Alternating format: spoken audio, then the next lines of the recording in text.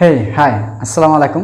আমি রিশান নিয়া শারান আজকে তোমাদের মাঝে উপস্থিত হয়েছি ফিজিক্সের গাণিতিক পদার্থ 2021-এর এসএসসি পরীক্ষার্থীদের জন্য। আসলে কি এই অধ্যায়টা এমন একটা অধ্যায় যে অধ্যায়ের গাণিতিক অঙ্কগুলা অনেক অজস্র অঙ্ক হবে ইনশাল্লাহ। তো এর মধ্যে সব থেকে তোমরা যেটা খেয়াল করে দেখবে টেস্ট পেপার যেটা সব থেকে ইম্পর্টেন্ট বিষয় নিয়ে আলোচনা করা হয়েছে, আমি সেই বিষয় নিয়ে আজকে আলোচনা করতে পারবো। তো যাই হোক, তোমরা কেউ কেউ আমাকে প্রশ্ন করছো যে স্যার এই বছরই এসএসসি পরীক্ষার্থী মাত্র কয়েকটা অধ্যায় দিচ্ছে সরকার, তো এই কয়টা অধ্যায় দেওয়া আসলে ঠিক হয়েছে কিনা। আমার যুক্তিতে আসলে এই যে ফিজিক্স একটা বড় একটা বই, এই বইতে এই কয়টা অধ্যায় আসলে এই কয়টা অধ্যায় আছে মানসম্মত না, কারণ হচ্ছে এই কয়টা অধ্যায় দিয়ে আসলে পুরো ফিজিক্সটাকে বিচার বিবেচনা করা যাবে না। আর একদিক থেকে গ্রামে যারা প্রত্যন্ত অঞ্চলে রয়েছে তাদের কাছে এই ক্লাসগুলো খুবই দেখা যাচ্ছে তাদের কাছে ক্লাসগুলো যায়নি, তারা পড়ালেখা সেভাবে করতে পারেনি, এই জন্য তাদের কাছে দেখা যাচ্ছে তাদের দিক থেকে ক্লাসটা এই যে কটা অধ্যায় দিছে এই কটা অধ্যায় ঠিক আছে। তো যাই হোক, সরকার যেহেতু সরকারি উচ্চপদস্থ শিক্ষা মন্ত্রণালয় অত্যন্ত বিবেচনা করেই এই অধ্যায়গুলো দিয়েছে, সেজন্য আমি মনে করব এই অধ্যায়গুলো তাদের যৌক্তিক দিক থেকে চিন্তা করলে অবশ্যই সঠিক আছে। এখন এই মুহূর্তে আমরা তোমরা অনেকে বলছো আমাদের কেমিস্ট্রি 11 নম্বর অধ্যায় অর্থাৎ অর্গানিক কেমিস্ট্রি এটা নিয়ে আলোচনা করতে। তো অবশ্যই আমি অর্গানিক কেমিস্ট্রি নিয়ে আলোচনা করব। অর্গানিক কেমিস্ট্রি অবশ্যই একটা খুবই প্রয়োজনীয় একটা ম্যাটার। আমি অর্গানিক কেমিস্ট্রি নিয়ে অবশ্যই আলোচনা করব। তো অর্গানিক কেমিস্ট্রি আলোচনা করার কারণ হচ্ছে আমি মনে করি যে এই অর্গানিক কেমিস্ট্রি হচ্ছে কেমিস্ট্রি বই, যদি পুরো কেমিস্ট্রি বই একটা বই থাকে, একটা সমুদ্র থাকে, তাহলে আমি মনে করবো এটা তার প্রাণকেন্দ্র। এই জন্য আমি গতির আরও অধ্যায় চলবিদ্যুৎ নিয়ে আলোচনা করবো পরবর্তী ক্লাসে। এর আগে আমি 3টা ক্লাস নিয়ে আলোচনা করেছি। এরপরে আমরা আগামী শুক্রবারে তোমাদের যে ক্লাসটা দেবো সেটা আছে কেমিস্ট্রি পর্যায়সারণী পিরিয়ডিক্যাল টেবিলের উপরে। তো যাই হোক, কমন একটা অধ্যায় গতি অধ্যায় থেকে অবশ্যই একটা প্রশ্ন পড়বে। এই প্রশ্নটা কীভাবে আসতে পারে, কেমনভাবে আসতে পারে, তো আমরা সিম্পলভাবে করব যে গতি অধ্যায়ের 4টা সূত্র আমরা জানি। সুভ্যাট হিসাবে সব কিছু নেওয়া হয়, এটা সুভ্যাট। তোমরা জানো এই সুভ্যাট এখানে আছে এস মানে স্মরণ, ইউ মানে আদিবেগ, ভি মানে শেষ বেগ, এ মানে ত্বরণ, আর টি মানে সময়। তো এটা আমার মনে হয় না যে তোমাদের আর কি নতুন করে কোনো কিছু শেখাতে হবে, এটা শিখতে শিখতে তোমরা বোর হয়ে গেছো। তো এখানে আমরা গতির 4টা সমীকরণ লিখব। প্রথম সূত্র হচ্ছে V equal to U plus A T. এই সূত্রটা ব্যবহার হবে কখন? যখন এখানে এস থাকবে না, যখন প্রশ্নের মধ্যে এস থাকবে না। এস, এই এখানে একটা সূত্র আছে U plus V by 2 into T. এখানে এ থাকবে না, তখন হচ্ছে এই সূত্রটা আমরা ব্যবহার করব। তারপরে S equal to U T plus half A T square. এখানে ভি থাকবে না, ভি যখন থাকবে না প্রশ্নের মধ্যে তখন আমরা এই সূত্রটা ব্যবহার করব পদার্থবিজ্ঞানের। আর 4 number V square equal to U square plus 2as। এইটা কখন আমরা ব্যবহার করব? এই সূত্রটা যখন টি থাকবে না প্রশ্নের মধ্যে, ঠিক আছে? তো এই যে 4টা রুলস আমরা তোমরা হয়তো বা জেনে থাকবে যে এসএসসির ফিজিক্সটা এই দ্বিতীয় অধ্যায় গতি যে মোশন অধ্যায় রয়েছে, এই অধ্যায়ের মধ্যে এই 4টা সূত্র বাইরের থেকে অঙ্ক কিন্তু ঘোরাফেরা করে আসবে, এর বাইরের থেকে অঙ্ক আসবে না। হ্যাঁ, তো এই 4টা সূত্রর মধ্যে তোমরা জানো যে যদি পড়ন্ত বস্তুর ক্ষেত্রে হয় তাহলে এই এসটা এইচে রূপান্তর হয়, অর্থাৎ হাইটে রূপান্তর হয়। আর তোমরা এসটা হাইটে রূপান্তর হবে। আর এই যে এটা রয়েছে ত্বরণ, এই ত্বরণটা গ্র্যাভিটিতে পরিণত হবে, অর্থাৎ জিতে পরিণত হবে। হ্যাঁ, তো আর কোনো কথা না বলে আমরা দেখব যে এই অধ্যায় আসলে কি ধরনের প্রশ্ন হতে পারে। এই অধ্যায় বাঘ হরিণের প্রশ্ন হতে পারে, বাঘ হরিণ। 2 নম্বর যে প্রশ্নটা হতে পারে তক্তাগুলির অঙ্ক, আমরা যেটা নিয়ে আজকে আলোচনা করব। তক্তাগুলির অঙ্ক নিয়ে আলোচনা করতে পারি। আর তারপরে আমরা গ্রাফ, এই অধ্যায় গ্রাফ নিয়ে হতে পারে, গ্রাফ নিয়ে অবশ্যই এই অধ্যায় একটা প্রশ্ন আসবে। এখন আমরা তক্তা এবং গুলি নিয়ে আলোচনা করব। ধরো সাপোজ আমি একটা দিলাম, দেখাচ্ছে এরকম একটা প্রশ্ন আসতে পারে। এই ধরনের প্রশ্নগুলোই পরীক্ষার খাতায় আসবে, অবশ্যই এই ধরনের প্রশ্নগুলোই আসবে। এখানে দেখাচ্ছে এটা দিয়ে দেবে 80 সেন্টিমিটার। আমি একটা অঙ্ক শেখাচ্ছি, এই অঙ্কের মধ্যে তোমাদের টেস্ট পেপারে দেখবে এই ধরনের অঙ্কগুলো অনেক কটা আছে। তো সলভ করার চেষ্টা করছি। দেখো এই প্রশ্নটা এইভাবে আসতে পারে যে 3/4 সেন্টিমিটার প্রবেশ করে এর বেগ 1/4 অংশ হয়। এখানে আদি বেগ কত? এই ধরনের প্রশ্নগুলো আসবে। আরেকভাবে প্রশ্নগুলো আসতে পারে, এই যে এভাবে আসতে পারে, এইভাবে প্রশ্নগুলো আসতে পারে। অর্ধেক প্রবেশ করার পর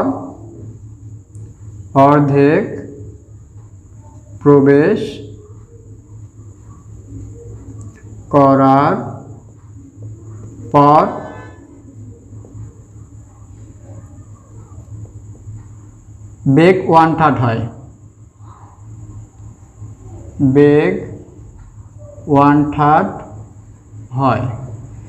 অর্ধেক প্রবেশ করার পরে বেগ 1/3 হয়। তো এক্ষেত্রে যেটা বলতে পারে যে দেখা যাচ্ছে এখানে আরেকভাবে দিতে পারে, এখানে আদি বেগ দিয়ে দিতে পারে 500 কিলোমিটার/আওয়ার এরকম আসতে পারে। আর দিতে পারে 50 গ্রামের একটা গুলি এভাবে নিক্ষেপ করার পরে সেটা অর্ধেক প্রবেশ করার পর 1/3 হয়। এখানে 1/3 হওয়ার পর, এটা 1/3 হওয়ার পর গুলিটা আর কতটুকু যাবে? সাপোজ এখানে আমরা এই অঙ্কটার জন্য আমরা যেটা করব, তো এই অঙ্কের মধ্যে অনেকে বলতে পারে স্যার এটাকে চিত্র আঁকাবো। হ্যাঁ, অবশ্যই তোমাদের এটা চিত্র আঁকাতে হবে। এখানে 1/3 হওয়ার মানে অর্ধেক প্রবেশ করে, মানে এটা যদি পুরোটা তক্তা হয়, এটা ধরো সাপোজ পুরোটা হচ্ছে তক্তা, এই তক্তাটা 80 সেন্টিমিটার লম্বা দৈর্ঘ্য। তো এটা অর্ধেক প্রবেশ করার পর, মানে অর্ধেক প্রবেশ করলে এটা হচ্ছে এখান থেকে এতটুকু সেন্টিমিটার, পুরোটা সেন্টিমিটার হচ্ছে 80। তো এইটা হবে অবশ্যই 40 সেন্টিমিটার হবে। আর এখানে আদি বেগ এটা, আর শেষ বেগ। তো এই ধরনের অঙ্ক করার জন্য তো তোমাদের অবশ্যই যেই জিনিসটা বের করে আনতে হবে সেটা হচ্ছে ত্বরণটা বের করে আনতে হবে। ত্বরণ এখন আমরা জানি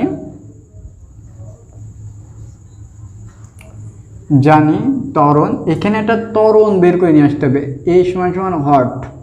তো এখানে ত্বরণ বের করার জন্য যেটা প্রয়োজন, আমরা কোন সূত্র ব্যবহার করব? ইউ আছে, এইচ আছে, তারপর ভি আছে, এ আছে, নাই আছে টি। অবশ্যই টি না থাকলে এই সূত্রটা ব্যবহার করব। এই যে টি না থাকলে এই সূত্রটা 4 নম্বর সূত্র হচ্ছে V equal to U square plus 2as। এখান থেকে যদি আমরা এর মানটা বের করতে চাই তাহলে এ সমান আমাদের হচ্ছে V square minus U square by 2s। ঠিক আছে, তো আমরা এখানে মানগুলো বসিয়ে দেব। মানগুলো হচ্ছে অবশ্যই ভি স্কোয়ার মান 0 স্কোয়ার মাইনাস ইউ স্কোয়ার, এটা ইউ, তো এটা তো কিলোমিটার/আওয়ারে রয়েছে, কিলোমিটার/আওয়ারে করা যাবে না, এই জন্য আমরা এখানে ইউ সমান 500 কিলোমিটার/আওয়ার। এটাকে যদি আমরা মিটার/সেকেন্ড করি তাহলে আমরা ক্যালকুলেটর করি,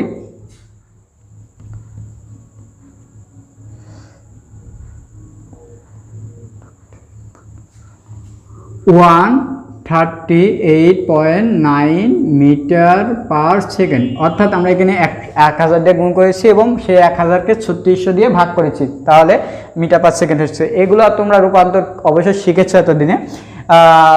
তারপরে বেগ 1/3 হয়েছে, মানে অর্ধেক প্রবেশ করার পর বেগ 1/3 হয়ে গেছে, মানে আগে যা ছিল তার থেকে 1/3 মানে 3 ভাগের 1 ভাগ হয়েছে। তো এটা বেগ হয়, এটাকে 3 দিয়ে ভাগ করলে বেগ দাঁড়াবে 46.39 মিটার/সেকেন্ড। তো এটা এটা হচ্ছে বেগ, যেহেতু 1/3 হয়েছে, এই বেগটা এই আদি বেগের থেকে 3 ভাগ করেছি। 3 ভাগ করলে কত আসতেছে? 49.29। এটা আছে সেই বেগ। তো আমরা সেই বেগের এখানে এটা বসাবো। আমাদের হচ্ছে 49.29 তার স্কোয়ার মাইনাস আদি স্কোয়ার হচ্ছে 80.9 এটা। তো এখানে অবশ্যই এসের মান হচ্ছে 0.4। তো আমি জানি, এটা আমরা জানি যে এর মধ্যে যখন কোনো গুলি প্রবেশ করবে অবশ্যই গুলির বেগটা বাড়বে না, অর্থাৎ ত্বরণ হবে না। এটা কি হবে? মন্দন হবে, মন্দন হবে এক্সট্রিমলি ভাবে। সেই জন্য এখানে অবশ্যই মাইনাস রাশিটা আসবে, অবশ্যই এখানে মাইনাস রাশিটা আসবে। তো মাইনাস রাশিটা করলে কত হবে? 21 এটা টোটালি ভাই মাইনাস 21 7.32 মিটার পার সেকেন্ড। এই আসতেছে আমাদের ত্বরণ। তো ত্বরণটা এখানে ঋণাত্মক বেরোয়েছে, তো ঋণাত্মক ত্বরণ আমরা তো ঋণাত্মক ধরবো না, তো ত্বরণটা এখানে বেরোয়েছে হচ্ছে 21.43, মানে মন্দন হচ্ছে, মন্দন এত হচ্ছে 0.32, এটা হচ্ছে মন্দন হয়েছে। তো এই মন্দনটাকে আমরা তাহলে দেখো এইখানে ত্বরণ হচ্ছে এত, তো এই পর্যন্ত প্রবেশ করার পরে এই বেগটা থাকছে।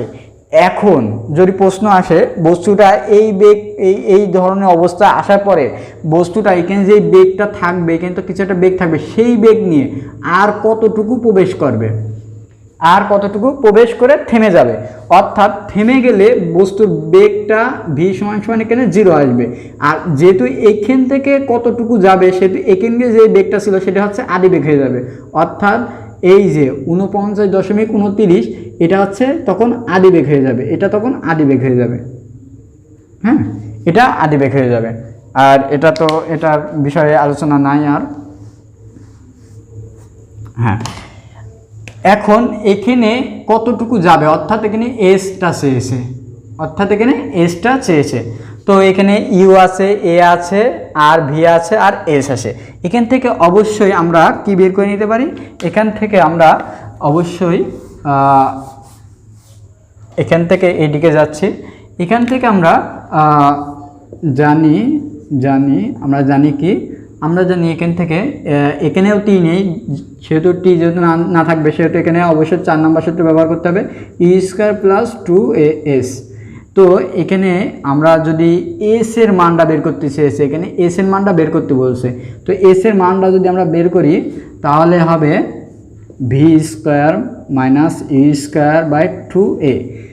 এখানে ভি এর মান দেখো বস্তুটা কতটুকু যে থেমে যাবে, অবশ্যই এই জায়গায় যে থেমে গেল, তার থেমে গেলে ভি হচ্ছে সেই বেগ হচ্ছে 0 মাইনাস ইউর মান হচ্ছে ইউর মান এটা হচ্ছে ইউর মান, কারণ এখানে এই জায়গাটা সেই বেগ হচ্ছে এখান থেকে এইটুকির আদি বেগ।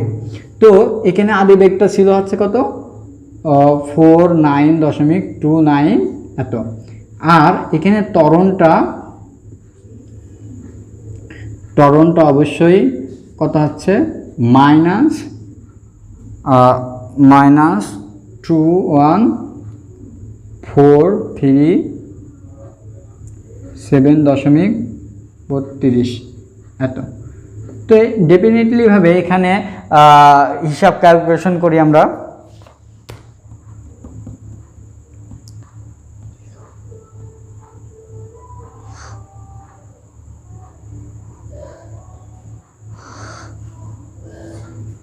এখানে ডেফিনেটলি ক্যালকুলেশন করলে 0499 মিটার, এত মিটার আসতেছে। হ্যাঁ, তো এত মিটার আসতেছে, এটাকে যদি তোমরা সেন্টিমিটার নিয়ে আসো তাহলে অবশ্যই সেন্টিমিটার আনলে 4.99 সেন্টিমিটার, প্রায় এটা 5 সেন্টিমিটার। তো বন্ধুরা তোমরা অবশ্যই জানতে পেরেছো যে এই যে একটা বস্তু এত বেগে ক্লিক করে মারলে এই বস্তুটা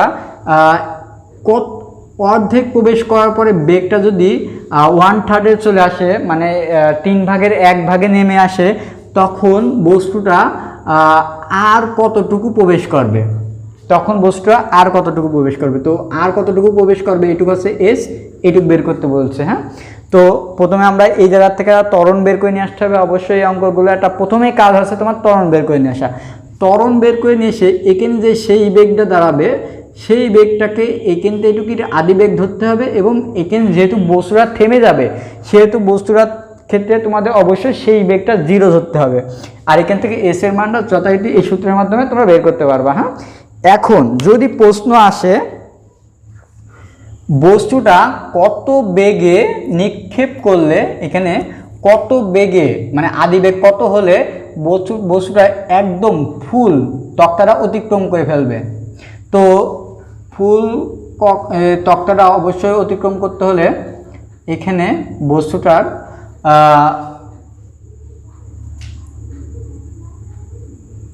পুরো তক্তাটা যদি অতিক্রম করতে হয়, পুরো তক্তাটার আছে অবশ্যই এস এর মানটা হবে কত,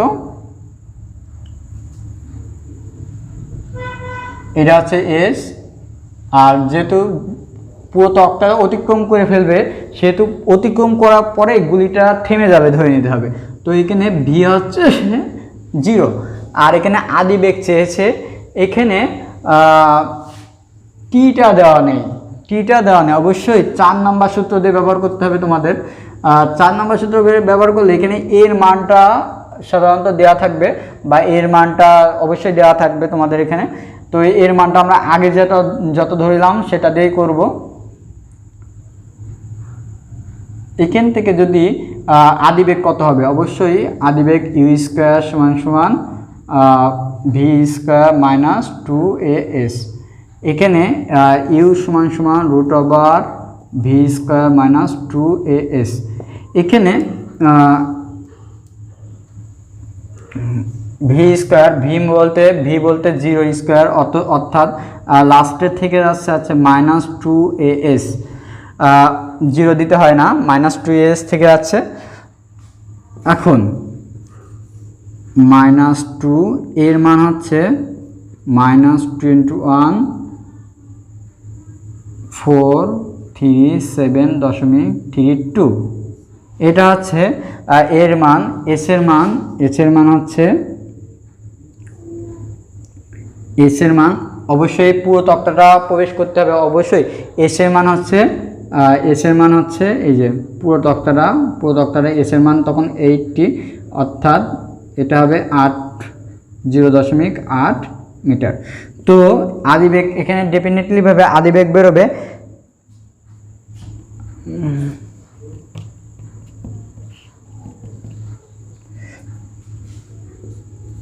185.201 মিটার পার সেকেন্ড।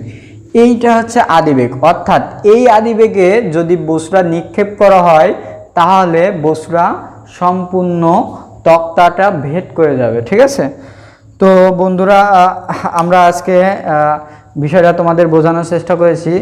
অনেকে বলছো যে স্যার এই অধ্যায়টা একটু মানে ডিফিকাল্ট মনে হচ্ছে, আমরা এই অধ্যায়টা প্রশ্ন করব। দেখো এই অধ্যায়টা প্রশ্ন অ্যান্সার করতে হলে তোমাদের ডিপলিভাবে জ্ঞান রাখতে হবে, অবশ্যই ডিপলিভাবে সব কিছু বুঝতে হবে। অধ্যায়টা অতটা কঠিন না আমি মনে করি, তবে এই অধ্যায় অঙ্ক বা গণিতে যে গাণিতিক সমস্যাগুলো রয়েছে সেগুলো অজস্র, অনেক, এই জন্য এটা ডিপলিভাবে চিন্তা করতে হবে। তোমরা অবশ্যই পারবা। এই ধরনের একটা অঙ্ক তোমাদের আসতে পারে, এই অঙ্কটা যদি তোমরা বুঝতে পারো তাহলে এই ধরনের ভাবে প্র্যাকটিস করবা, অবশ্যই তোমাদের ডেফিনেটলি ভাবে পরীক্ষাটা ভালো হবে ইনশাল্লাহ, আমি যতটুকু মনে করি। তো আজকে এই পর্যন্তই, ভালো থেকো সবাই, আল্লাহ হাফেজ।